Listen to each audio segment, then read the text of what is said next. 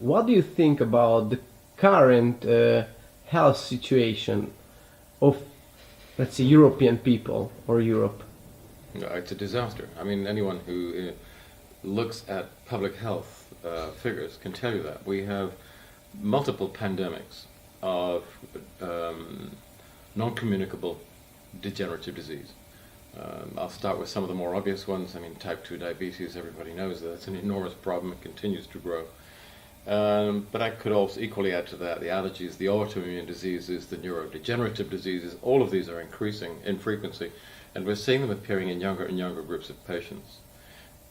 What this shows us very clearly is that the European population as a whole is being poisoned by the dreadful food that is made available to us thanks to the food multinationals who sell us processed food which may look and taste good. It's obviously profitable for them, but it's disastrous for us. The food industry takes no responsibility for the toxic and damaging nature of the products they sell. They privatize the profits, but they socialize the costs. The burden of the healthcare costs falls on us, the taxpayers, and the individuals who eat this terrible food. I would only say that we're not as badly off as the Americans. They eat even more processed foods than we do. Almost 2 out of every 3 calories they eat comes from ultra-processed foods, and as a result, Americans are the sickest people on the planet. But we're next.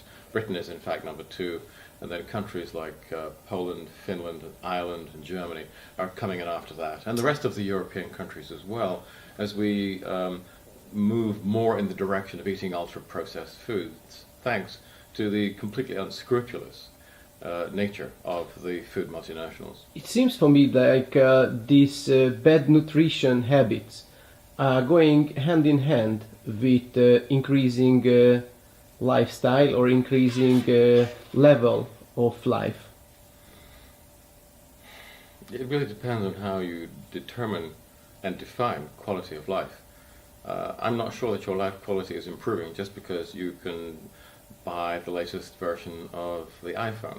I don't think that life quality is improving just because you have enough money to buy a deep freezer, microwave, and processed foods, which we're now beginning to understand are extremely bad for you over the long term.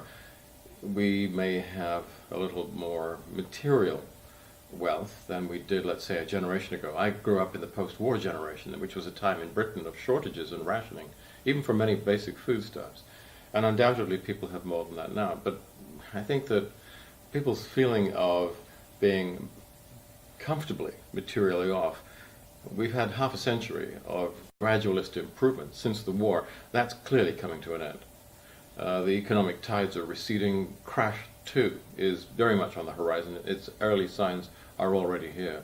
And people's living standards, I think, are going to fall very significantly over the next few years, and are likely to remain at a lower point for perhaps another generation. So we're in for some difficult times. We do need to find more cost-effective ways of making healthcare available. The pharmaceutical model has failed, and failed completely. We need to improve public nutrition, and that's the only way, the only effective, the only cost-effective way of improving public health.